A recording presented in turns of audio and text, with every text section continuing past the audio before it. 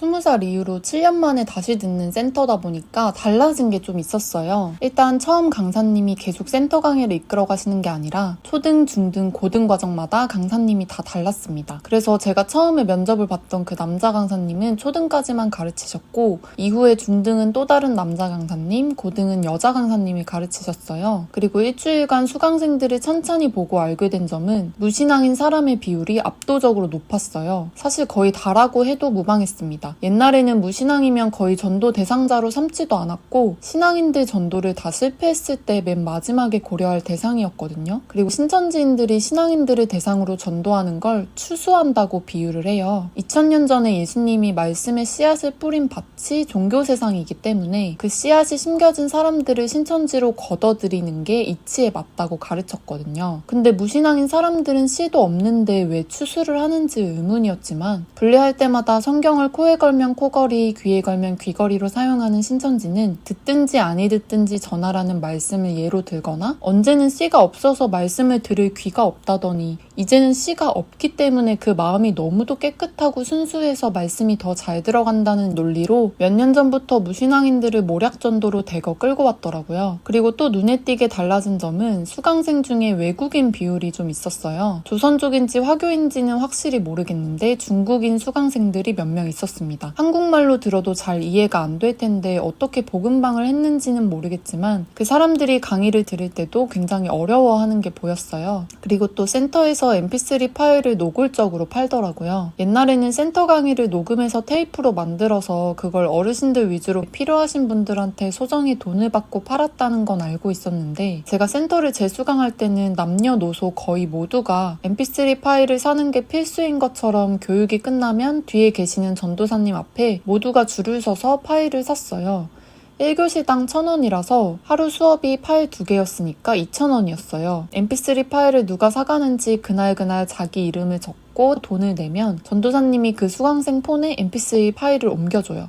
그리고 늘 신천지가 돈을 걷어들일 때 기본적으로 깔고 가는 멘트가 돈이 없으면 굳이 안 해도 된다는 식으로 부담 갖지 말라고는 했지만 그 녹음 파일을 사서 오며 가며 들어야 말씀이 마음에 잘 새겨지고 그래야 인을 맞는다며 노골적으로 교육 시작과 후에 녹음 파일 듣는 걸 강조하셨습니다. 저도 당연히 의심받지 않기 위해서 초반에는 샀는데 매일 그걸 가지고 줄을 서는 게 귀찮아서 일주일치를 하루에 몰아서 샀어요. 그것만 해도 제 일주일치 교통비였죠. 그래도 저는 연기를 잘해서 왕눈 언니나 전도사님들이 저를 의심하는 것 같지 않았어요. 수시로 그날 들은 내용을 옆 사람과 짝지어서 스피치를 시키는데 저는 이미 그날 가르치는 주요 내용을 요약해서 보지도 않고 설명을 하니까 오히려 왕눈 언니는 어떻게 그러냐면서 신기했어요. 하지만 그러면서도 센터에서는 저를 바라보는 색안경이 종종 드러났는데요. 일단은 다혈이와 무슨 사이냐라고 의심을 하더라고요. 신천지에서는 남자와 여자가 같이 있는 것만 봐도 이성마귀를 조심하라고 해요. 이성마귀가 뭐냐면 서로를 남자로 보고 여자로 보면 좋아하는 마음이 생기고 그러면 전도활동이나 신천지에서 시키는 것들에 집중을 못할 테니까 그것은 마귀가 하는 짓이라면서 항상 이성마귀를 조심하라고 하거든요. 저는 당연히 다혈이를 남자로 본 적이 한 번도 없었고 다시 봐도 그저 동갑 남자일 뿐이었는데 전도사님들이나 왕눈 언니는 저희가 친하게 지내는 걸 보고 의심했어요. 젊은 남녀가 어떻게 친구 사이로 지낼 수 있냐면서 먼 눈에는 뭐만 보이는 건지 굉장히 신기해 하더라고요. 사실 그 누구보다 이성마귀에 씌여있는 건 본인들 같았습니다. 그런 오해를 불쑥불쑥 꺼낼 때마다 저는 계속 해명을 해야 하니까 짜증이 났죠. 그리고 또 다른 색안경은 당연히 재입교자에 관한 거였는데요. 그 부분은 어차피 저도 진짜 재입교자가 아니지만 어쩔 수 없이 겪을 거라고 생각하고 각오를 하고 있었는데 자기들이 먼저 재입교하라고 했으면서 은근히 저를 죄인 취급하는 게 열받을 때가 주기적으로 있었어요. 첫 번째로 뭐지 싶었던 때는 담당 전도사님의 가스라이팅이었습니다. 보통 센터 전도사님들은 담당 수강생이랑 초반에 1대1로 면담을 해요. 당시 가장 센터에서 떨어져 나갈 만한 상태의 수강생들부터 먼저 하기 때문에 저는 가장 나중 순서였습니다. 처음에는 제 담당 전도사님이 완전 FM 스타일이라고 생각했어요. 모임을 하거나 뭘 해도 평소에 말씀을 가장 중요시하고 예를 들 때도 성경 구절을 들고 와서 설명을 하셨거든요. 그리고 늘 예의와 존중을 강조하셨기 때문에 정석을 추구하는 FM 스타일이구나 싶었죠. 근데 저랑 면담을 할 때 누가복음에 돌아온 탕자의 비유를 드시더라고요. 혹시나 돌아온 탕자 이야기를 모르시는 분들을 위해서 짧게 설명드리자면 누가복음 15장에 예수님이 당시 죄인들이랑 세리들을 모아서 설교를 하고 있었어요. 근데 예수님이 뭐만 하면 다 아니꼽게 보는 당시의 바리새인들이 그걸 또 못마땅해 하면서 예수님이 죄인을 반길 뿐 아니라 그 사람들이랑 같이 식사를 한다면서 비난을 했거든요. 그때 예수님이 3가지 비유를 들면서 바리새인들한테 이야기를 해주는 내용이에요. 거기서 마지막 비유가 탕자 이야기인데 어떤 사람이 2 아들이 있었는데 장남은 말을 잘 듣는 전형적인 모범생이었고 탕자가 바로 차남이었는데 자기 멋대로 사는 반항아 스타일이었어요. 근데 어느 날 차남이 먼저 아버지한테 어차피 나중에 자기가 받을 재산을 지금 달라 그래가지고 아버지가 차남만 줄 수는 없으니까 장남한테도 장남 몫을 줘요. 근데 장남은 그 돈을 가지고 투자를 잘했는지 재산을 더 불렸고 차남은 즉시 다른 고장으로 가서 그 돈을 흥청망청 쓰다가 다 날려버려요. 근데 하필 그때 흉년이어가지고 먹을 것도 없는 거예요. 바로 집에 가면 될 텐데 자존심 때문인지 아버지한테 면목이 없었던 건지 탕자는 어떤 사람 집에 구걸을 하면서 더부살이를 하게 돼요. 그래서 집주인이 탕자 보고 농장으로 가서 돼지를 치게 했는데 이 탕자가 너무 배가 고파서 돼지가 먹는 지압나무 열매로 배를 채우려고 했는데 그건 마저도 없으니까 그때 딱 현타가 온 거예요. 그래서 아버지한테 용서를 구하면서 집에 돌아가야겠다 하면서 겨우겨우 갑니다. 근데 아버지가 뭐라 하는 게 아니고 아들이 멀리서 보이자마자 달려가서 껴안고 막 입을 맞추면서 환영을 해주는 거예요. 이제 아들은 울면서 그때서야 죄송하다고 용서를 구하는데 아버지는 집안 사람들한테 빨리 살찐 송아지를 잡아서 잔치를 벌이라고 해요. 그래서 성대한 잔치가 시작이 되는데 하필 그때 밭에 나갔던 장남이 와서 그 광경을 본 거죠. 그래서 어리둥절하면서 이게 뭔 일이냐 하는데 하인이 말을 해줘서 탕자가 온 걸 알게 된 거예요. 장남은 갑자기 빡이 치는 거죠. 자기는 여태까지 아버지 말도 잘 듣고 모범적으로 생활했는데 자기를 위해서는 아버지가 이런 잔치를 벌인 적이 없단 말이에요. 그래서 열받기도 하고 속상하니까 나와서 아마 지금 시대였으면 담배를 폈을 거예요. 근데 이제 아버지가 그걸 알고 또 큰아들을 달래려고 나왔어요. 큰아들은 자기가 아버지 위해서 노예처럼 일도 하고 말도 잘 들었는데 나한테는 친구들끼리 즐기라고 염소 새끼 한 마리도 안 줬으면서 재산 다 날려먹고 방탕하게 뒹굴던 동생이 오니까 왜 살찐 송아지까지 잡아주냐 이렇게 막 따지면서 서운함을 토로한 거죠. 근데 그때 아버지가 하는 말이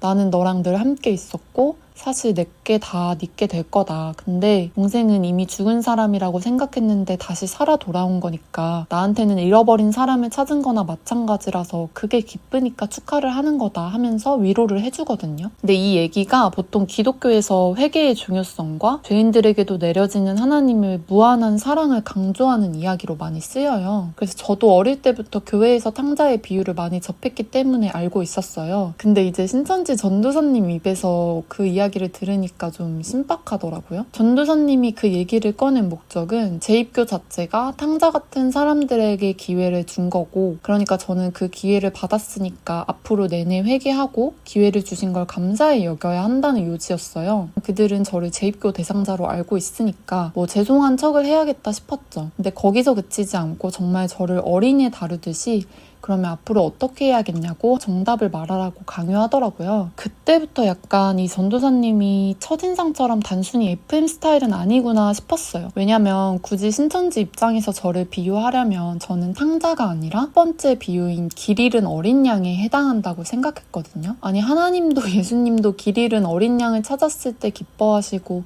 집 나간 탕자가 다시 돌아왔을 때 잔치를 벌일 만큼 기뻐하셨는데 대체 왜 신천지가 기회를 줬다면서 감사히 여겨야 한다고 가스라이팅을 하는지 원래도 의문이 많았지만 어이가 없더라고요. 저보고 그냥 센터 강의를 듣기만 할 게 아니라 일찍부터 열심히 전도도 하고 인도 맞으면서 몇 배는 더 열심히 해서 은혜 갚는 일꾼이 되라는 취지의 면담이었습니다. 정말 역겹더라고요. 일단 저는 알겠다고 잘 듣는 척을 했는데 이후부터 저는 이 전도사님과 사사건건 부딪히면서 거의 이틀에 한 번꼴로 싸웠는데요. 저를 쌈딱으로 만드셨던 신천지 전도사님 이야기는 다음 에피소드에서 자세히 말씀드리겠습니다. 초등을 맡은 강사님이 유치원 시절에 신천지에 왔다고 하셨는데 완전 고인물이라 그런지 강의를 정말 잘하시더라고요. 유머도 있고 쉽게 설명하는데 일가견이 있으셔서 많은 수강생들이 좋아했어요. 사실 센터 강사님들과 전도사님은 신천지 신학부 소속이고 그곳에서 특히 강사 지망생들은 밥 먹고 자는 시간 빼고는 말씀을 보고 교환을 외우고 강의를 연습하는 데 시간을 쏟기 때문에 사실 평균적인 지능 수준과 의지를 가졌다면 누구나 강의를 할 수는 있어요. 근데 그 초등 강사님은 강의를 잘한다는 걸 넘어서 사람들을 웃게 만드셨어요. 센스나 유머 같은 부분은 노력을 해도 어렵기 때문에 재능이 상당하신 것 같았죠. 신천지에서 그 재능을 썩히는 게 너무 안타깝다는 생각이 들 정도였습니다. 수강생들이 그분을 좋아하고 그분의 강의를 좋아하니까 저는 그곳에 있는 사람들이 그분의 강의력에 넘어가서 결국 신천지에 들어갈까봐 불안했어요. 그 시기에 마태지파에서 어떤 강사님이 탈퇴했다는 소식을 듣고 이 강사님은 그럴 가능성이 없을까 잠깐 생각을 해봤었어요. 그 강사님은 재능이 아까운 것도 있지만 재입교자로 낙인 찍어서 저를 여러 가지 색안경을 끼고 보는 센터 전도사님들과는 달리 다시 강의를 듣는 저를 신경 써주시면서 이해가 안 되거나 어려운 건 없는지 수시로 걱정해 주셨거든요. 그런 마음을 먹고 있는 제가 미안할 정도로요. 하지만 시간이 지나면서 강사님이나 전도사님을 걱정하는 건 제가 주제넘고 오만한 거라는 생각이 들더라고요. 어릴 때부터 신천지에 와서 신학부 소속이면 이미 가족들도 다 왔다는 거고 특히 거기서 결혼까지 해서 가정을 꾸렸다면 더더욱 탈출 가능성은 희박하거든요.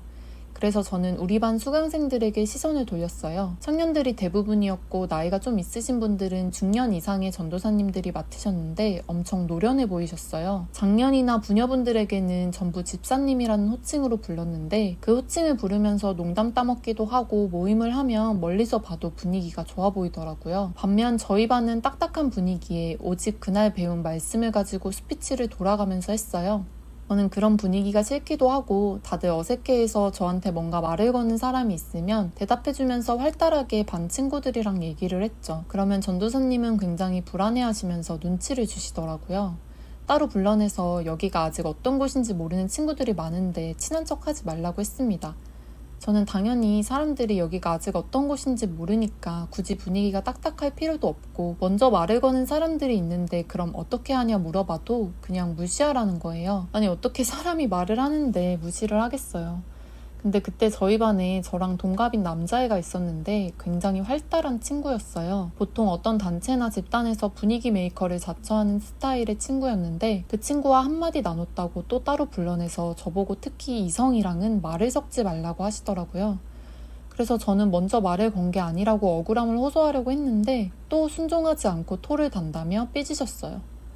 보통 모임을 하면 전도사님이 이끌어 가셔야 하는데 자기가 지금 기분이 언짢고 화가 났다고 티를 팍팍 내시니까 모임 분위기는 얼어붙고 삭막했습니다. 정말 어른이고 사명자라면 그렇게 수강생이랑 기싸움을 하는 게 맞는지 의문이었지만 또 그런 기분을 풀어주기 위해 먼저 사과를 하고 웃게 만들려고 장난을 치면 또 이게 지금 장난으로 보이냐며 분위기를 시궁창으로 만드셨습니다. 괜히 아무 잘못이 없는 같은 반 사람들이 눈치를 봐야 하는 상황에서 저는 이게 맞나라는 생각이 들었고 이게 바로 전도사의 갑질인가 싶더라고요. 하루는 전도사님이 저를 완전히 꺾어 놓으려고 하는 건지 저를 투명인간 취급하길래 저도 전도사님을 똑같이 투명인간 취급했는데 자기가 투명인간 취급받는 게 기분이 안 좋았는지 또 잔뜩 화를 내시더라고요. 그때는 정말 제가 여기 와서 뭐 하고 있는 건지 갑자기 현타가 왔어요. 전도사님과 사이가 나빠봐야 저한테 무슨 이득이 있겠어요. 의심받지 않고 무사히 입교해서 한 명이라도 빼낼 기회를 만들어야 하잖아요. 그래서 그때마다 또 비위를 맞추고 달래느라 저는 스트레스를 많이 받았습니다. 그래도 어떻게 하면 전도사님의 기분을 풀어줄 수 있을까 고민을 하다가 보통 전도사님들이 계속 센터에 계시기 때문에 못 드시는 간식을 사다 바쳤어요. 사당역과 센터 사이에 스타벅스가 있어서 음료나 커피를 사가거나 센터 건물 뒤쪽에 작은 시장이 있었는데 거기서 떡 같은 걸 사서 자주 가져갔어요. 그럼 그걸 같이 먹으면서 못 이기는 척 그때는 풀리기도 했습니다.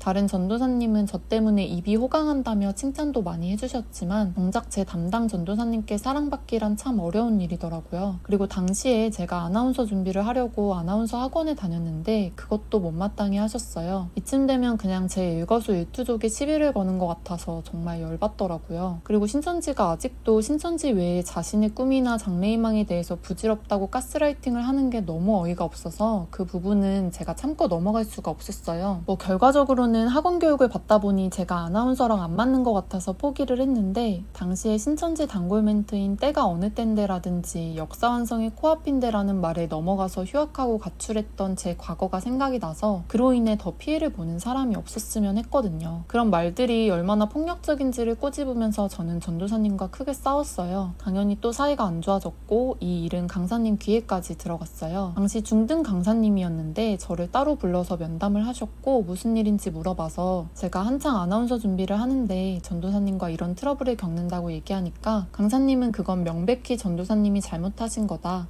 당연히 원한다면 준비하는 게 맞다고 하셨고, 나중에 그 재능으로 신천지 방송에서 아나운서로 일할 수 있을지도 모르는데 전도사님이 크게 보지 못하시는 것 같다라고 저를 두둔해 주셨어요.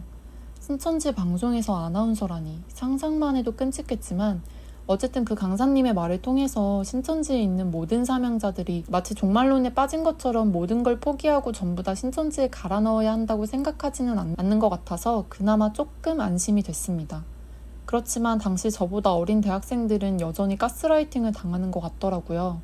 실제로 제가 대학생 때 신천지에 있으면서 시상줄 붙잡으면 그만큼 하나님한테서 멀어지는 거나 마찬가지라고 했었으니까요. 저는 그 반에서 20대 후반으로 나이가 많은 편에 속했고 대부분 동생들이었어요. 거기에 엄마가 신천지에 다녀서 끌려온 20살짜리 여자애가 있었는데, 제가 20살 때 멋모르고 센터에 왔던 때가 생각이 나면서 안쓰러워서 좀 친해져 보니까 하고 싶은 것이 너무 많은데 엄마랑 관계가 틀어지는 걸 원치 않아서 센터만 끝내면 수요일, 일요일에만 예배 출석하면 되니까 라는 생각으로 버티고 있더라고요. 막상 들어가면 절대 수요일과 일요일 예배로 끝나는 게 아니라는 걸 말해주고 싶었지만 당시에는 아직 초반이라 정말 안간힘을 다해서 참았습니다. 제가 신중하게 말과 행동을 해야 더 많은 사람을 구할 수 있다고 생각했거든요. 그리고 그런 생각은 저를 각성하게 만들었습니다. 만약 이대로 제가 센터에 있는 사람들에게 신천지를 탈출하자고 말한다면 센터에 있는 동생들과 친구들은 제가 그저 전도사님한테 섭섭해서 혹은 사람한테 상처받아서 나가자고 하는 것처럼 보일 테니까요. 그래서 저는 그때부터 그 전도사님을 진심으로 이해해보려고 노력했어요. 전도사님조차 저를 좋아하게 만들고 어쩌면 친해져서 이분도 나중에는 신천지에서 나갈 수 있지 않을까 하는 생각으로요. 그건 부가적인 거고 1차적인 목표는 제가 다른 속셈을 가졌다는 걸 의심도 못하게 만들고 열심히 센터에서 하라는 대로 말씀도 잘 듣고 모범생처럼 보여서 언젠가 제가 이쯤 되면 괜찮겠다고 구출 작전을 펼칠 때 신천지가 탈퇴자들한테 허구한 날 비방하는 섭섭마귀에 씌여서 저런다거나 다른 책잡힐 구실을 주지 않기 위해서 저는 정말 이를 꽉 깨물고 모두와 평화롭게 지내기 위해서 엄청난 노력을 했는데요. 그 자세한 이야기는 다음 에피소드에서 말씀드릴게요. 당시에 저는 제가 취업을 조금 늦게 하더라도 신천지에 있는 친구들을 데리고 나온다면 조금이나마 제 과거의 실수를 바로잡을 수 있을 거라고 생각했어요. 그래서 센터에서 하라고 하는 건 무조건 최선을 다해서 참여했습니다. 그중 하나가 초등과정이 끝나고 서울대공원으로 소풍을 가는 거였는데요. 센터 초반에는 비유풀이 교리를 열심히 각인시키려고 스피치도 중요시했지만 한편으로는 너무 말씀만 강요해서 무신앙이 대부분인 학생들이 지루해하지 않도록 단합과 친목이라는 목적으로 소풍을 갔습니다. 저는 그 기회에 전도사님의 눈을 피해서 같은 반 동기들이랑 친해져야겠다고 생각했어요. 초등, 중등 강사님과 전도사님들, 그리고 다양한 연령대의 수강생들이 모였고 레크리에이션을 진행하는 남자 전도사님의 리드 하에 도시락과 간식을 나눠 먹으면서 게임도 하고 훈훈한 분위기에 이야기를 나누면서 친목을 도모했습니다. 저는 저희 반 동생들을 챙겨주면서 친해지려고 노력했는데요. 제 눈에는 일반 수강생이랑 그들을 관리하는 관리자가 한눈에 보였는데 혹여나 관리자들이 의심하거나 부담스러워하지 않게 조심스레 다가가려고 노력했어요. 그러다가 관리자 동생들이랑도 점점 친해지고 정이 들게 됐는데요. 저는 모두가 웃고 떠들고 즐거워하는 모습을 보면서 마냥 즐길 수 없었고 이 동생들이 나중에 여기가 신천지인 걸 알면 어떻게 반응할지, 그리고 신천지가 거짓이라고 내가 말하면 어떻게 반응할지 상상하면서 겉으로는 웃었지만 속으로는 괴로워했어요. 그리고 전도사님과 평화롭게 지내기 위해 전도사님은 물론 센터에 있는 모든 신천지 사람들을 진심으로 이해하고 좋아하려고 노력했습니다. 그러다 보니까 그들의 인간적인 모습, 좋아할 만한 구석을 찾게 되더라고요. 나중에 제 마음을 아프게 할 약점을 스스로 허락해버린 거죠. 그래도 그 소풍은 같은 반 동생들이랑 더 가까워지고 친해지는 계기가 됐고 저를 포함한 재입교자 3명 중에 1명은 사라진 채로 중등 과정에 들어가게 됐어요. 당시 신천지 내부에서는 흰무리들이 따를 제사장 14만 4천 명이 되려면 인을 맞아야 한다고 한창 강조하면서 주기적으로 시험을 보던 때였어요. 그리고 그때 총회장이 긴급한 척 특별 공지를 내렸었는데요. 청년들은 모두 다 복음반 교사가 되어야 한다면서 기간을 정해놓고 그 기간 안에 교사로 1명씩 꼭 센터에 등록을 시켜야 제사장이 될 수 있는 것처럼 말했는데 알고 보니 그 해 하반기에 또 10만 명 수료식을 해서 외부적으로 신천지를 홍보하고 교세를 떨치려고 수작을 부리는 거였어요. 그래서 그런지 센터에서도 말씀을 잘 들었다면 내 입으로 설명할 수 있어야 하지 않겠냐면서 하나님께 영광을 돌리는 의미에서 스피치 대회를 열겠다고 예고했습니다. 각 반별로 대표 2명을 뽑아서 수강생들 앞에서 강의를 하고 심사는 강사님이 해서 결과에 따라 상장도 주고 상품도 준다고 했죠. 저는 그 얘기를 듣자마자 너무나도 지긋지긋하고 심드렁했어요. 아무것도 모르는 사람들을 데리고 또 얼마나 말씀을 달달 외우라고 강요할까 싶었는데 놀랍게도 전도사님은 저한테 우리 반 대표로 나가달라고 부탁하셨어요. 저는 한번 입교를 했었으니까 당연히 저는 제외일 거라고 생각했는데 완전 날벼락이었죠. 당황스러웠지만 저는 전도사님께 재입교자니까 공평하지 않은 것 같다면서 좋게 거절을 했는데 전도사님은 제 말을 들은 척도 안 하시고 저희 반이 청년들만 있기 때문에 뭔가를 보여줘야 하지 않겠냐고 열심히 저를 설득하셨어요. 그래서 저는 제발 다른 친구들 보고 시켜달라고 부탁했는데 또 우리 반 동기들은 무대공포증이니 암기에 울렁증이 있다느니 갖은 핑계를 대면서 하기 싫어했습니다. 당연히 그렇겠죠. 누가 하고 싶어 하겠어요. 근데 또 전도사님이 저보고 재입교자인데 모범을 보여야 하지 않겠냐고 닥달하시길래 저는 어쩔 수 없이 전도사님과 잘 지내기 위해 또 흑역사를 만들기로 했습니다. 결국 저희 반에서는 저랑 동갑인 남자의 1명이 대표로 뽑혔어요. 다른 동생들은 그런 저희를 불쌍한 눈으로 보면서 총대를 맨 저희를 응원해줬습니다. 여태까지 센터에서 노트 필기한 내용을 중심으로 한 주제를 정해서 교환을 짜고 10분에서 20분 사이로 강의를 하면 된다고 했어요. 저는 가장 쉽고 단순한 성경 기본 상식이라는 공과를 주제로 스피치를 준비했습니다. 그 단에서 칠판에 필기하면서 스피치하는 상상을 하는 것만으로도 공황이 올 것 같아서 저는 또 약을 처방받았어요. 이왕 하게 된 거 저는 성공적으로 끝내서 아무도 의심하지 않게끔 신뢰를 다지자고 생각하면서 억지로 강의 내용을 달달 외웠어요. 스피치 대회 당일에 저는 열변을 토하면서 강의를 했는데요. 어떻게 내가 강의를 마쳤는지 기억이 안 날 만큼 떨렸습니다. 다들 박수를 쳤고 저는 시상식 때 결국 무슨 상장을 받았는데 무슨 상이었는지 이름도 잘 기억이 나질 않습니다. 강사님과 전도사님들은 저보고 제사장감이라며 치켜 세워주셨는데 저는 감사하다고 하고 나서 바로 화장실에 가서 엄청 울었던 기억이 나요. 제가 20살 때 그토록 14만 4천 명이 들어서 제사장이 되고 싶다고 했었는데 어떻게 보면 그게 제사장 체험이었잖아요. 다른 수강생들이 저를 신기하게 쳐다보고 그저 말씀을 좋아하는 어르신들이나 학생들이 저보고 대단하다면서 환호의 박수를 치고 비법을 물어보시는데 정말 말로 형언할 수 없는 기분이 들었습니다. 이게 뭐라고 신천지에서 말씀을 전하는 걸 꿈꿨었던 제 어린 모습이 생각이 났고 그걸 위해 하루에 3-4시간 자면서 모든 걸 바쳤던 제가 너무 불쌍했구나 싶더라고요. 그 이후로 센터에 있는 전도사님들이나 강사님은 제 계획대로 저를 아주 좋게 봤어요. 심지어 제가 다시 들어온 게 하나님의 뜻이라면서 축복을 해주더라고요. 제 담당 전도사님도 표현은 잘 안 했지만 처음으로 저를 인정해주는 것 같았습니다. 근데 저는 마치 누군가에게 피해를 끼친 것처럼 끔찍한 기분이었어요. 제가 스피치 대회에서 강의한 걸 들은 동기들은 저를 보면서 언니처럼 누나처럼 열심히 말씀을 듣고 더 잘하고 싶다고 자극을 받은 동생들이 있었어요. 전도사님도 그걸 이용해서 저를 예시로 들면서 동기들에게 더욱더 입맞음의 중요성을 강조하셨는데 저는 끝도 없는 진흙탕에 빠진 것처럼 깊은 무기력감을 느꼈습니다. 이게 아닌데 싶었지만 이미 늦어버린 뒤였죠. 전도사님의 권유든 강요든 끝까지 거절했어야 했는데 너무 후회가 됐어요. 다른 수강생들에게 어떤 영향을 끼칠지까지 깊게 생각했어야 하는데 저는 너무 큰 죄책감 때문에 제 손과 발에 피부를 뜯기 시작했습니다.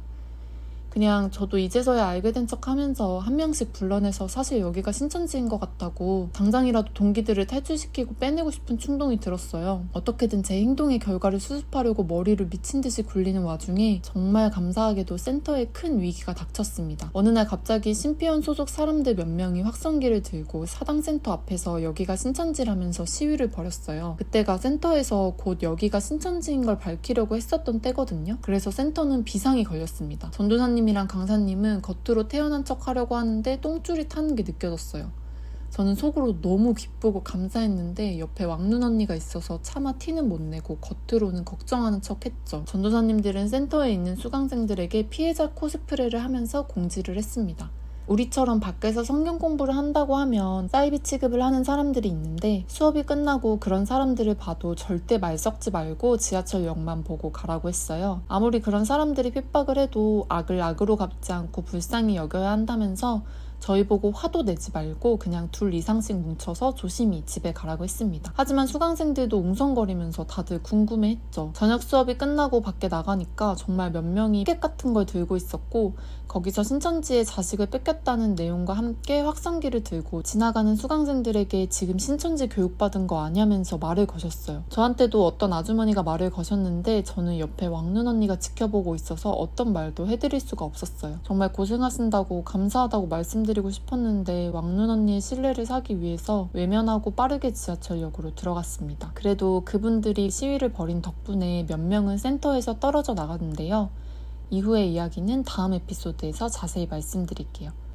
결국 신천지인 걸 알게 된 몇 명의 수강생들은 잠수를 탔고 센터 전도사님과 담당 관리자들은 늘 그랬듯 수습하려고 전화하고 잠수 탄 수강생들에게 찾아가고 난리가 났죠. 그 와중에 어떤 남자분이 다음날 센터에 출석한 저한테 쪽지를 전해주셨어요. 여기 신천지니까 탈출해야 한다고 적혀있더라고요.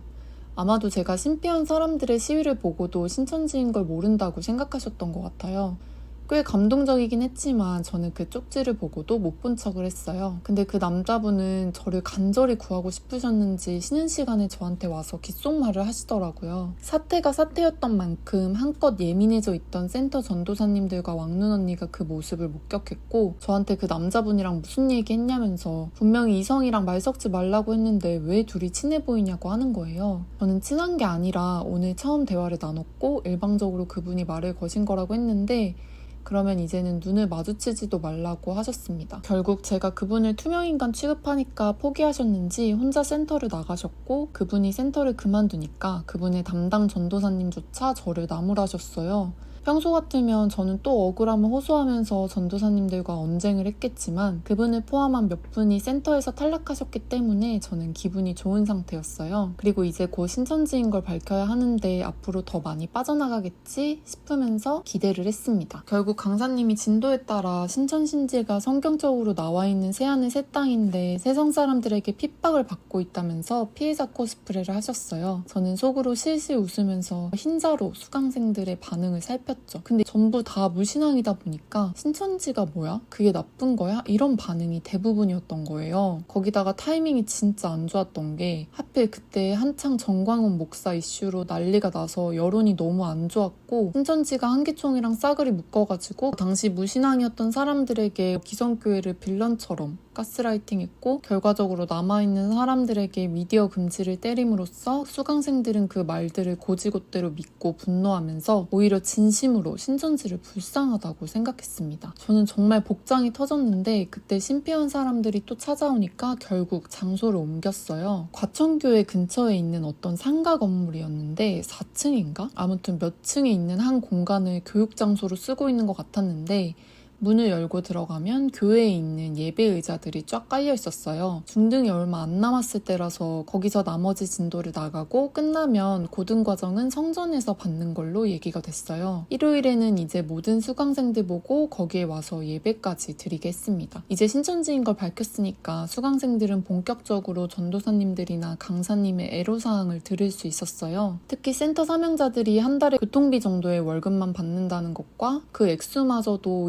30만 원이라는 거 듣고 어르신들은 엄청 놀라셨어요. 사실 개척교회가 아닌 이상 일반 교회에서 전도사님은 그것보다 많이 받잖아요. 단단히 세뇌되신 어르신들은 불쌍하다면서 돈이 아니라 진리를 쫓는 모습이 대견하다고 전도사님들에게 수시로 5만 원씩 쥐어주는 분들이 계셨어요. 사실 저도 20살 때는 총회장이나 집화장들보다는 오히려 센터에서 하루 종일 강의하고 수강생들 케어하는 강사님들이나 전도사님들을 보면서 세상과 단절하고 자신을 하나 하나님께 온전히 바쳤던 나시린들이 떠올라서 엄청 대단해 보였고 어떻게 그렇게 살 수 있을까 싶으면서 꽤 동경했었거든요. 그 어르신들도 신천지인인 걸 알게 되고 전도사님들이나 강사님들을 장하게 여기면서 용돈도 지어주고 결혼은 했냐면서 중매도 서려고 하시는 분들이 있더라고요. 옛날에 저였으면 그 모습을 보고 정말 훈훈하고 정이 넘친다고 감명받았겠지만 객관적인 시각을 얻고 나서 그 광경을 보니까 왜 그런 취급을 받으면서 거기서 그러고 계신지 정말 안타깝더라고요. 심지어 그렇게 용돈을 쥐어주면 거절하지도 않았습니다. 그저 감사히 챙기시더라고요. 진리를 지키기 위해 핍박받는 순교자 코스프레를 하려면 진짜로 깨끗해야 되는데 그것도 아닌 모습이 제 눈에는 보이더라고요. 그치만 저도 전도사님이나 강사님이 열정페이를 받는다는 걸 알고 있었기 때문에 그런 모습을 함부로 비난하고 싶진 않았어요. 오히려 그런 돈들을 많이 받고 정신 좀 차려서 나왔으면 좋겠더라고요. 그리고 중등이 거의 끝나가는 걸 기념해서 장년분들, 부녀분들 중 한 명씩 신앙 간증을 시켰어요. 그분들의 사연과 이야기를 들으면서 다들 눈시울을 붉혔고 아무것도 모르는 동생들은 동기들의 얘기를 들으면서 더 끈끈해진 것 같았어요. 저는 신천지 교육을 들으면서 진짜 하나님의 뜻이 뭔지 알게 됐다고 눈물을 흘리시는 장년부와 부녀분들의 간증을 들으면서 마음이 착잡했습니다. 그리고 그 안타까움의 극치를 찍은 것은 재수강 후에 첫 예배를 드린 날이었어요. 정확히 교육부인지 전도부인지 기억이 잘 안 나는데 그 부서의 부장이 설교를 했어요. 솔직히 신천지인 게 밝혀졌다고 해도 무신앙이 대부분인 사람들에게 바로 총회장의 설교를 듣게 할 순 없잖아요. 입교에서 들어도 실족할 수 있는 설교니까요. 그분은 저희한테 친근하게 자기를 소개하면서 자기는 솔직히 여기 온 건 좋아하는 여자 때문이었다고 고백했어요. 그 여자가 좋아서 왔는데 알고 보니 신천지였고 그때는 유명하지도 않았었다. 근데도 진리인 걸 알아봤으며 지금은 짝사랑하던 그 여자분과 결혼을 해서 가정을 꾸렸고 애기들까지 있으니 너무 행복하다고 했죠. 수강생들은 너무 로맨틱하다면서 무슨 담임선생님 첫사랑 이야기를 듣는 분위기였어요. 그러더니 갑자기 분위기를 잡으면서 지금 센터에 있는 우리들은 모르지만 신천지 성전에서는 다들 입맞음 시험 준비로 바쁘다고 했어요. 그러면서 저희한테 얼마나 말씀에 간절함이 있는지 물으셨습니다. 저는 또 설마 이 분위기에 말도 안 되는 정신교육을 하려나 싶어서 지긋지긋해할 준비를 하고 있었는데 갑자기 자문의 이야기를 꺼내시더라고요. 신천지에는 65세 이상? 아마 지금은 70세 이상일 수도 있는데 무튼 할머니, 할아버지 분들이 자문의 소속이거든요. 그중에 한글을 모르시는 할머님이 계시는데 시험을 치르기 위해서 몇십 개의 문제에 해당하는 답변을 그냥 그림처럼 외워서 순서대로 쓰신다는 거예요. 근데 연세가 거의 80세라고 하시더라고요. 그 얘기를 듣는데 주변에서는 점점 훌쩍거리는 울음소리가 들렸어요. 저도 솔직히 눈물이 많은 편이라 그런지 울컥하더라고요. 제가 만약에 21살에 그 얘기를 똑같이 들었었다면 저는 다른 의미로 오열을 했을 거예요. 한글을 모르시는 어르신도 천국이라는 곳에 와서 약속의 목자가 명한 대로 시험을 보고 이내 맞았다는 걸 증명하기 위해서 그냥 통째로 그림을 그리시는구나. 나는 정말 배부른 신앙을 하고 있구나 하면서 또 스스로를 죄책감의 구렁텅이에 가두고 가스라이팅에 놀아나서 다른 생각을 아예 못하고 맨날 바뀌는 시험 답변만 달달 외웠을 거라고 생각이 들더라고요. 그래서 그런 학대를 정말 아무렇지 않게 해대면서 이걸 또 저희를 자극하기 위한 일화로 풀어낸다는 게 너무 화가 났고 거기서 또 그걸 듣고 감동을 받아서 울고 있는 동기들을 보고 있으니까 정말 미쳐 돌아버리겠더라고요.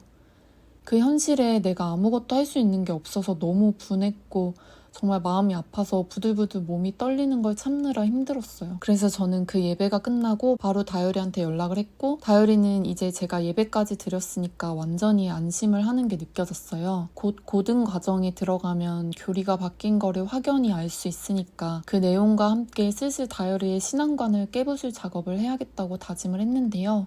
그 이야기는 다음 에피소드에서 자세히 말씀드릴게요. 고등과정은 단발머리를 한 여자 강사님이 가르쳤는데요. 제가 20살 때 만났던 첫 강사님이랑 닮은 분이었어요. 40대 초반처럼 보이셨는데 신천지에 어릴 때부터 오셔서 강사를 한 지도 거의 20년이라고 하더라고요. 그래서 그런지 전도사님들도 엄청 깍듯했고 그 강사님이 베테랑이라는 걸 강조하셨어요. 센터 고등과정은 신천지에서 가장 강조하는 요한계시록 해설 과정이고 요한계시록이 이루어진 결과가 신천지라는 증거와 실상을 알려주는 시간이기 때문에 저는 당연히 실력 있는 강사님이겠구나 생각은 했었어요. 근데 들으면서 몇 년 전이랑 크게 바뀐 점은 외부에서 실상이 계속 바뀐다는 비난을 의식했는지 먼저 억울하다는 듯 날짜와 연도가 바뀐 것에 대해 해명을 깔고 시작하셨습니다. 총 회장님이 이 역사를 이뤄가실 때 성경 몇 장 몇 절의 일을 지금 이루는 거라고 생각하고 한 게 아니라 지나고 보니까 그게 성경의 일을 이룬 거였고 사람이다 보니까 확실한 연월 일시를 헷갈릴 수 있는 건데 대적자들은 어떻게 해서든 꼬투리 하나 잡으려고 숲을 보지 않고 나무를 본다면서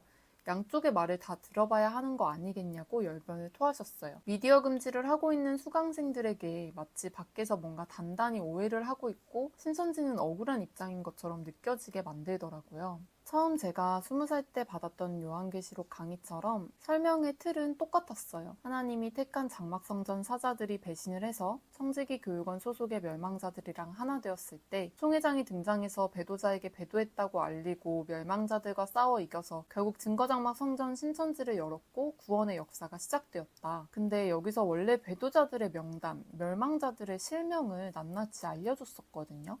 근데 그런 부분들도 대표자 유재열이나 오평호를 제외한 나머지는 그냥 물이나 단체 등 일반 명사로 흐릿하게 얼버무리더라고요. 예를 들어 밀 한 대 보리 석대라는 비유의 뜻도 원래 밀은 총회장이고 보리 석대는 총회장과 초창기부터 있었던 사람 3명의 실명이 있었는데 그 사람들이 죽거나 신천지에서 나가버려서 그런지 그냥 총회장님과 적은 씨들, 믿음의 사람들 이렇게 가르쳤어요. 저는 그런 부분들을 필기하면서 확실히 다율이한테 알려주고 이렇게 바뀐 부분들에 대해서 문제 제기를 해야겠다 생각했죠. 그리고 제가 가장 충격을 받은 부분은 흰무리도 영생을 한다고 말이 바뀐 거였어요. 제가 20살 때는 분명 14만 4천 명이 차면 이들이 순교한 영들과 하나 되어 첫째 부활에 참여해서 다시는 죽는 일 없이 영생을 하는 거라고 가르쳤었거든요. 저는 당시에는 그런 내용이 성경에 써있다고 해도 영생을 믿기 힘들었었고 사실 나이도 어렸기 때문에 영생이라는 것에 큰 감흥은 없었어요. 근데 제 주변에서는 그 영생이라는 걸 위해서 14만 4천 명이 되고 싶어 했던 사람들도 분명히 있었단 말이에요. 그리고 그런 명백한 차이가 있기 때문에 다들 어떻게 해서든 흰무리가 아니라 14만 4천 명이 되고 싶어 했던 건데 이제 14만 4천 명이 훌쩍 넘고 해외에도 신천지 신도들이 많이 생기니까 흰무리도 영생을 한다고 가르치더라고요. 단지 왕노릇을 하는 제사장은 14만 4천 명인 것이 차이점이라고요. 다른 수강생들은 당연히 그 이전에 어떻게 가르쳤는지를 모르니까 그냥 덤덤히 받아들였는데 전도사님들이나 강사님들은 이 변천사를 분명히 알고 있을 텐데 아멘하고 받아들이는 게 어이가 없었어요. 거기다가 신천지 흑역사 중 하나라고 생각하는 계시록 실화 영화를 보여줬는데 그게 신천지 신도들을 배우로 섭외해서 실제 총회장이 겪었던 첫장막대 사건을 중점적으로 영화로 만든 거였는데 제가 21살 때 그걸 만들어서 극장에서 개봉을 할 거라느니 그러면 세상 사람들도 다 요한계시록이 어떻게 이루어졌는지 알면서 신천지로 몰려올 거라고 대대적으로 홍보를 했었거든요. 근데 만들어진 그 영상은 퀄리티도 처참했고 극장에 개봉을 한다고 하는 게 수치스러울 만큼 항마력이 딸려서 도저히 못 보는 수준이었어요. 그걸 고등이 거의 끝나갈 무렵 강사님은 수강생들의 이해를 돕기 위해서 틀어줬습니다. 다른 수강생들은 신기해하면서 그걸 보는데 저는 눈 뜨고는 차마 못 보겠더라고요. 그 시기에 전도사님은 제가 재입교자라고 얘기를 해서 동기들에게 밝혔는데 대부분 저를 불쌍히 여기고 다시 와서 대단하다는 눈빛으로 봤어요. 근데 문제는 당시에 친해진 동생들이 한창 지인 전도를 하고 있었는데 실패를 해서 저한테 어떻게 전도를 해야 할지 모르겠다고 도와달라고 하는 거예요. 원래 전도도 수강생들 상태 봐가면서 신중하게 시켰었는데 완전 노골적으로 전도를 시키면서 지인 전도를 위해 단톡방에 서로서로 기도문을 올리게 했어요. 전도하고 싶은 사람의 개인정보를 전혀 중요하게 생각하지 않는 신천지답게 그 사람의 이름과 관계, 나이, 고민, 환경 등등을 올리면서 그 사람을 위해서 단톡방에 있는 모두가 기도한답시고 정보를 공유했어요. 마치 전도를 열심히 해야 수료를 할 수 있는 것처럼 가스라이팅 했고 압권이었던 멘트는 이제 전도를 하고 싶어도 못하는 때가 곧 온다였는데 이거는 제가 신천지에 처음 입교했을 때도 들었던 말이었거든요. 14만 4천 명 차면 흰무리가 몰려온다고 해서 열심히 전도했었고 14만 4천 명 넘었을 때는 흰무리가 몰려오는데 내가 사랑하는 사람들을 그냥 비질리 세상에 냅둘 거냐고 하면서 채찍질했었고 언제까지 전도해야 하냐고 물어보면 아직도 전도 못한 사람들에게 기회를 주려고 계속 전도하게끔 하는 거다. 나중에는 어차피 모두가 신천지에 올 텐데 전도하고 싶어도 못한다고 세뇌시켰는데 아직도 그 말을 하면서 새신자들에게 전도를 시키다니. 순진한 수강생들은 그 말을 듣고 열심히 지인들과 만남을 잡고 실패하면 죄책감을 느끼면서 저보고 SOS를 보내니까 정말 난감하더라고요. 그리고 새신자 교육이 시작되면서 각 부서에 새신자 팀장님이 투입됐는데 정말 예전과 많이 달라진 걸 그때 또 느꼈습니다. 새신자 교육을 하면서 기본적으로 청년들에게 암묵적으로 연애 금지를 시켰었는데 새신자 팀장들이 다 연애를 하고 있더라고요. 그리고 어떤 팀장님은 굉장히 사회성이 떨어져 보여서 누군가를 케어할 능력이 안 되는 것 같은데 어떻게 수강생들과 친해지고 신앙을 키우게 도울 수 있는지 잘 이해가 안 되는 수준이었어요. 그들도 6개월 안에 결혼할 게 아니면 연애금지라는 말을 하면서도 민망한지 멋쩍게 웃으면서 자신들은 결혼할 생각으로 연애를 하고 있다고 해명을 하더라고요. 그리고 갓 새신자 교육을 받고 있는 수강생들에게 곧 있을 말씀 대성에 참여하라고 독려했습니다. 말씀 대성회는 총회장이 전국을 돌아다니면서 계시록 성취를 증거하는 행사인데 원래 신천지가 궁금한 사람들이나 전도 대상자들, 일반 목회자들을 초대해서 성경대로 나타난 게 신천지라는 것을 설득하는 자리나 마찬가지인데 그게 이제 생중계도 되고 사람들이 많이 없으면 쪽팔리니까 새신자들에게 전도할 사람이 없어도 그날 시간이 되면 참여해서 총회장님도 직접 보고 은혜를 받으라는 거였어요.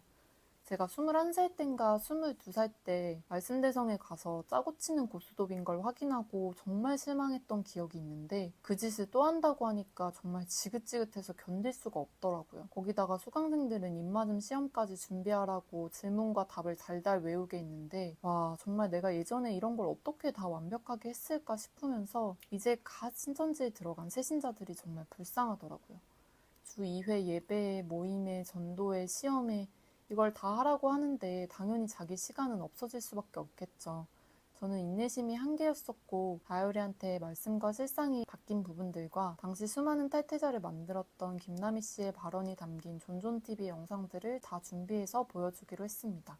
그 이야기는 다음 에피소드에서 자세히 말씀드릴게요. 토요일에 다효리를 만나서 이런저런 얘기를 하다가 조심스럽게 이전에 우리가 받았던 교육 내용들과 달라진 점을 꺼냈어요. 자연스럽게 의문을 던지는 것처럼 먼저 다효리 의견을 물어봤죠. 신천지가 늘 자부심을 가지고 있던 게 바로 실상인데 그 실상이 바뀌고 말씀이 바뀐 걸 들이대면 다효리가 좀 동요하겠다 싶었는데 미처 생각하지 못한 큰 문제는 다효리가 전혀 말씀에 관심이 없다는 거였어요. 그냥 아 그래? 그럼 그런가 보지. 다 뜻이 있겠지 하는 반응이었고 애초에 다효리는 실상이나 말씀이 뭐가 어떻게 바뀌고 있는지도 모르더라고요. 신천지 맹도들의 문제점 중 하나는 자신이 처음에 믿고 설득당했던 교리가 점점 어떻게 바뀌었는지 관심이 없고 맹목적으로 믿는다는 거예요.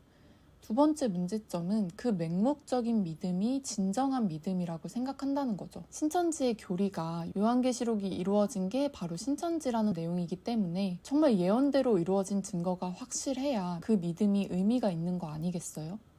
세 번째 문제점은 신천지가 선택적으로 자신들이 해명할 수 있는 부분만 해명을 하면 봐봐 그건 오해였잖아 하면서 그걸 곧이곧대로 믿고 다른 의견들은 듣지도 않고 묵살한다는 거예요.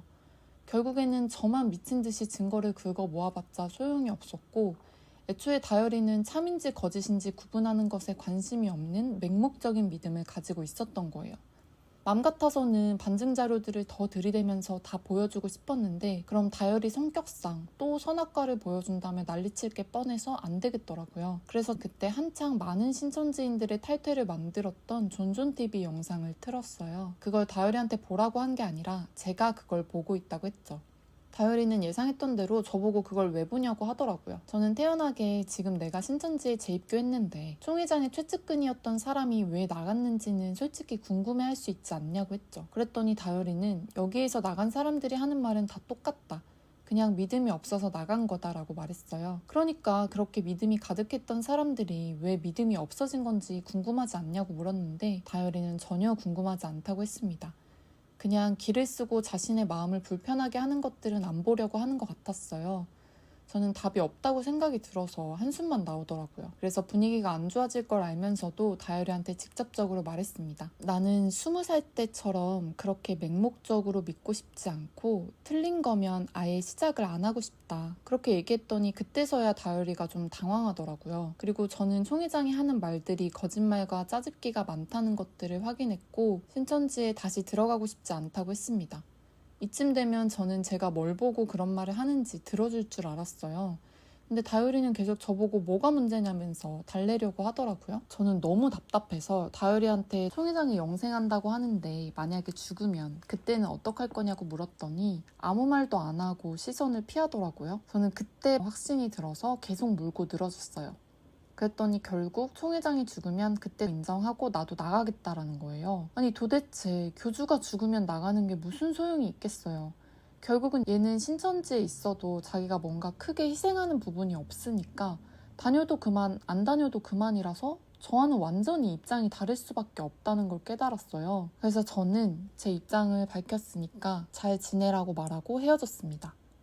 솔직히 그렇게 말하면서도 저는 희망의 끈을 놓지 않았어요. 제가 재입교 하자마자 이런 식으로 얘기하는 데에는 뭔가 이유가 있지 않을까 하고 진중하게 들어주고 상식적으로 합리적인 사고를 하길 바랬거든요. 근데 바로 그날 저한테 전화가 와서 자기가 생각을 해봤는데 다시 제가 한 이야기를 듣고 싶다는 거예요. 저는 제 이야기가 먹혔구나 싶어서 정말 너무 기뻤어요. 드디어 내가 그동안 다시 복음방을 듣고 센터를 듣고 입교한 보람이 있구나 싶었죠. 근데 제가 바보도 아니고 신천지인들의 행동 방식을 알고 있잖아요. 그래서 혹시 누구 데리고 나오는 거 아니냐고 하니까 절대 아니라고 하더라고요. 그래서 약속할 수 있냐고 했더니 정말 약속할 수 있다고 진짜라고 했습니다.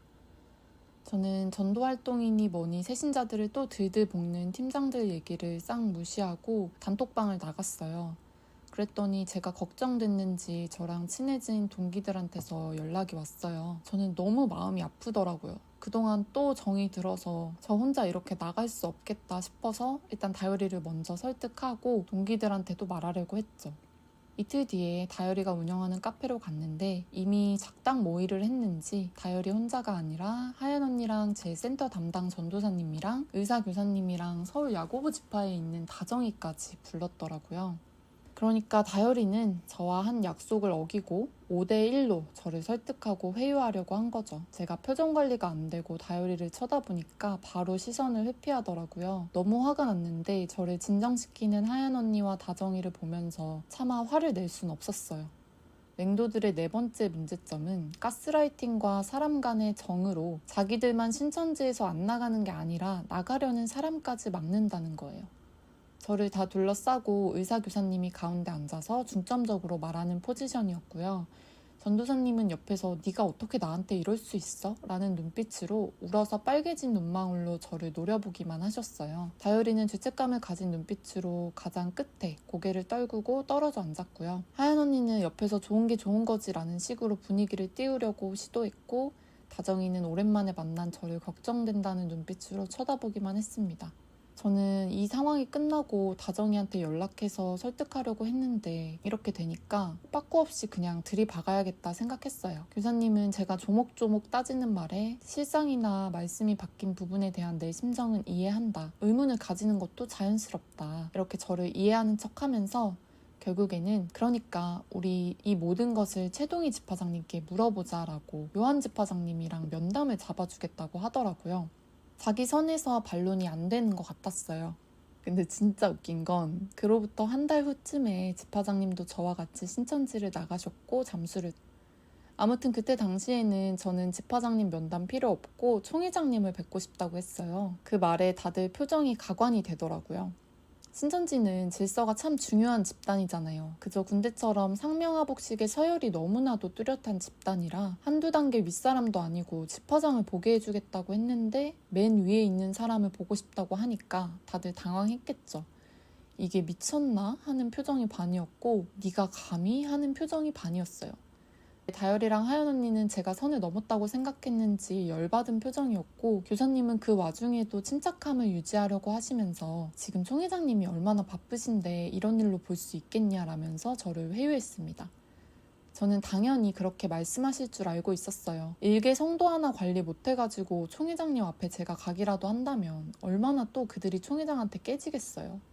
그걸 모르는 사람이 아닌데 제가 그렇게 얘기한 이유는 진짜로 제가 보고 들은 것들이 그만큼 신천지를 나가기에 충분한 것들이기 때문에 제가 지금 이렇게 나오는 게 사탄 마귀가 들려서 그런 게 아니라 정말 확실하다는 것을 그 사람들한테 보여주고 싶었고 진짜로 총회장을 만나서 물어보고 싶은 걸 다 물어보고 한순간이라도 실현하는 모습을 직접 보여주면서 정신을 차리게 하고 싶었어요. 청문회까지는 아니지만 명백히 증거가 존재하는 것들에 대해서 해명 좀 해달라고 요구할 수 있는 거 아니냐고 물었죠. 제 굳은 의지와 선 넘는 발언에 교사님도 거의 포기를 하셨는지 갑자기 이게 다 자기 잘못이라면서 눈물을 흘리시더라고요.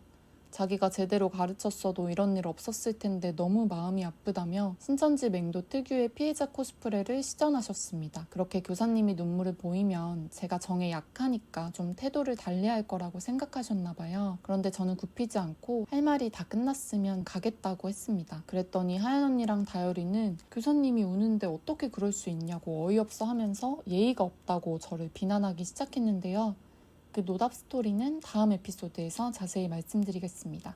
저는 교사님이 눈물이 그렁그렁 하는 게 그냥 악어의 눈물 같았어요. 솔직히 신천지에 있으면서 이런 걸 한두 번 보는 것도 아니고 상황을 모면하기 위해서 혹은 자신에게 불리하면 불쌍한 척, 피해자인 척, 서럽고 억울한 척 하는 걸 너무 많이 봤기 때문에 그분이 진심이신지 몰라도 저는 전혀 미안하지도 안타깝지도 않았습니다. 그리고 신천지 총회장의 발언과 실상이 바뀌었다는 게 본질인데 그것에 해명은 못하고 그렇게 집을 짜면 더 거부감이 들 뿐이거든요.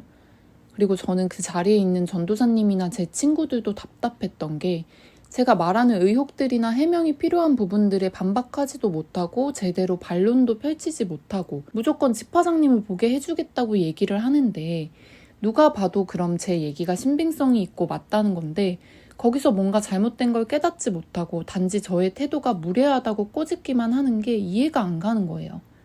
그런 친구와 언니를 구하겠다고 제가 왜 재입교 시도를 했을까 현타가 오더라고요. 정말 답이 없다는 생각이 들어서 저는 그냥 집에 가려고 자리에서 일어났어요. 다정이랑 하연 언니가 따라 나와서 저를 지하철역으로 데려다 준다고 했고 전도사님은 끝까지 아무 말도 없이 저를 노려보고 계셨고 다열이랑 교사님은 또 자기들끼리 뭔가 회의를 하려고 하는지 밖으로 안 나왔어요. 하연 언니는 또 아무 일 없었다는 듯이 수습하려고 하는데 갑자기 하연 언니한테도 너무 열이 받더라고요. 어떻게 이런 꼴을 보고도 말씀적으로나 교리적으로는 복잡하니까 아무 말도 못하고 제가 교사님한테 예의가 없다고만 하는지 기가 차서 마지막까지 남아있던 정이 떨어졌습니다. 그냥 그 언니는 머릿속이 꽃밭이란 생각밖에 안 들었어요.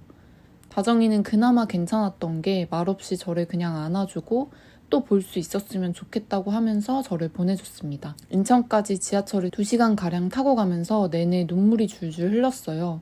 온갖 복잡한 감정이 들어서 폰으로 연락이 오는 것도 못 보겠더라고요. 그렇게 집에 가서 폰을 확인했는데 다열이한테 카톡이 와 있었어요. 제가 떠난 뒤로 회의를 한 결과 이번에는 방향을 틀어서 좀 세게 나가기로 했나 봐요. 진짜 나갈 거냐고 저한테 물어보더라고요. 그래서 저는 진짜 마지막으로 제 입장을 전했어요. 나는 신천지에서 나갈 거고 총회장 죽은 다음에 나오면 너 늦는다 이렇게 말했는데 그걸 바로 확인하더니 총회장이 죽는다느니 이런 말 씨부리지 말라면서 미친년이 어쩌고 저쩌고 하면서 쌍욕을 하는 거예요.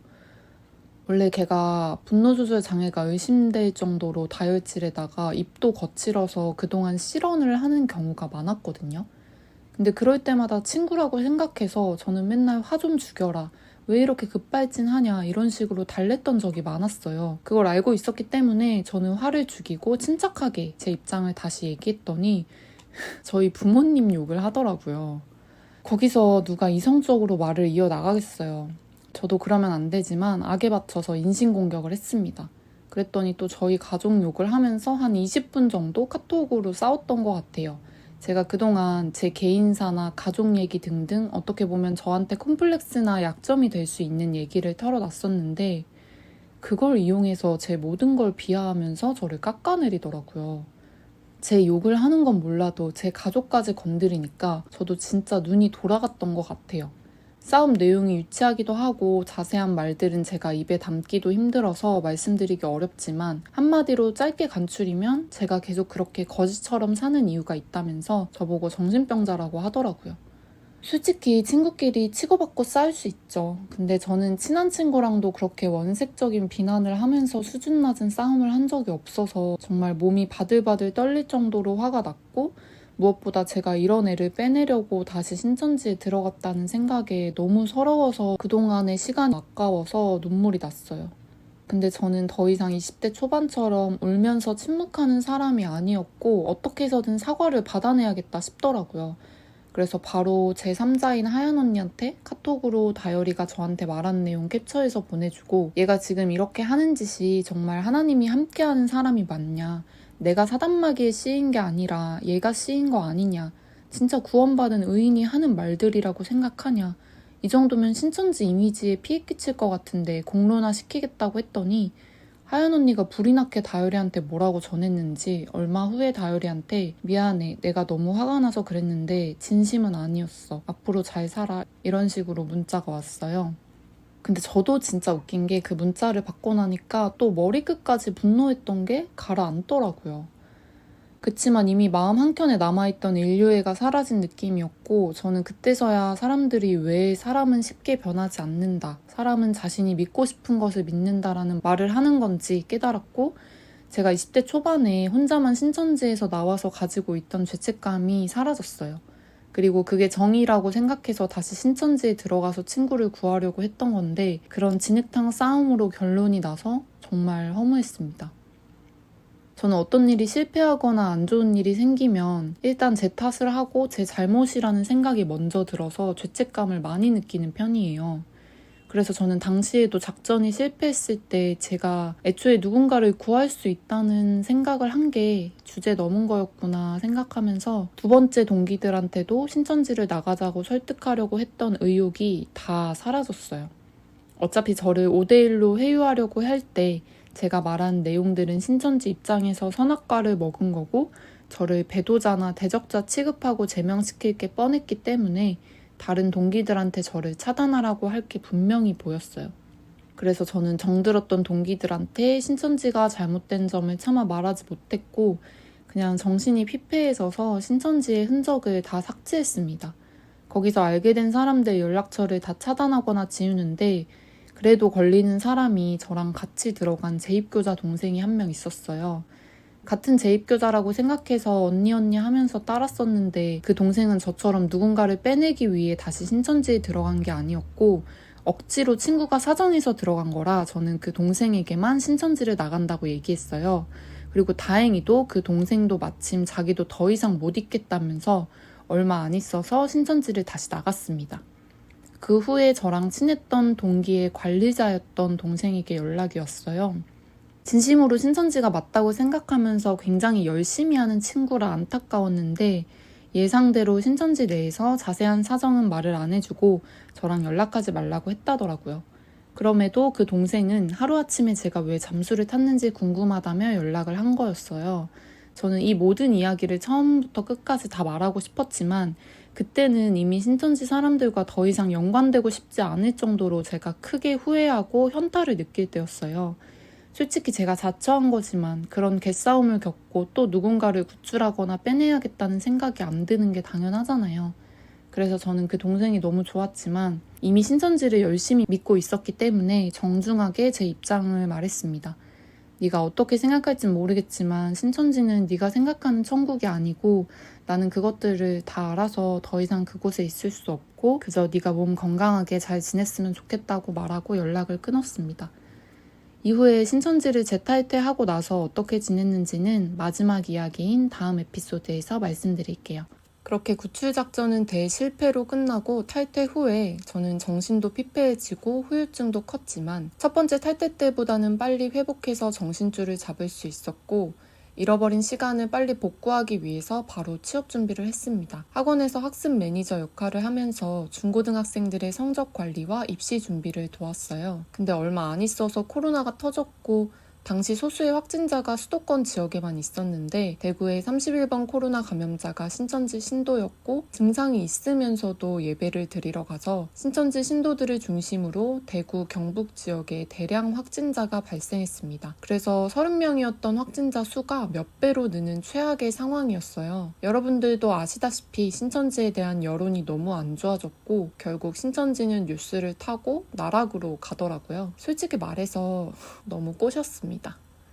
신천지는 사회적으로 욕을 먹고 신도들의 명단이 유출될 위기가 생기면서 여러모로 신천지 내부도 혼란을 겪고 있는 것 같더라고요. 저는 그 모습을 보면서 비록 친구를 빼내지는 못했지만 제가 빠르게 나온 건 다행이라는 생각이 들었어요. 재입교 결정이 너무 후회스러웠지만 최선을 다했다는 생각으로 더 이상 실수를 반복하지 말고 앞만 보고 살자고 다짐하면서 열심히 학원 일을 했습니다.